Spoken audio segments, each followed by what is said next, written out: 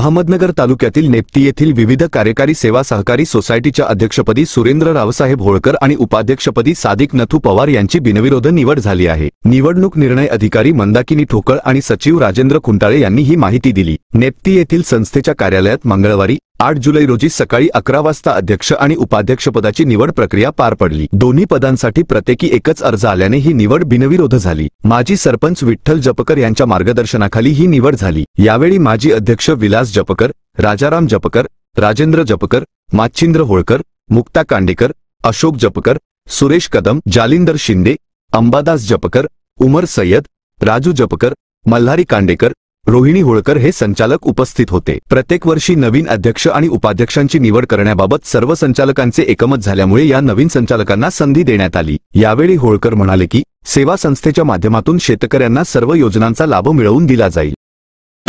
मी सुरेंद्र रावसाहेब होळकर आणि सोसायटीच्या चेअरमनपदी निवड झाली आणि मी सोसायटीचं काम पूर्णपणे व्यवस्थित पार पाडलं। जास्त दूर काढण्यापर्यंत सर्व सदस्य, ग्रामपंचायत सदस्य, पार्टीने मला संधी दिली, संधी पूर्ण झालं त्याबद्दल मी सगळ्यांचे आभार।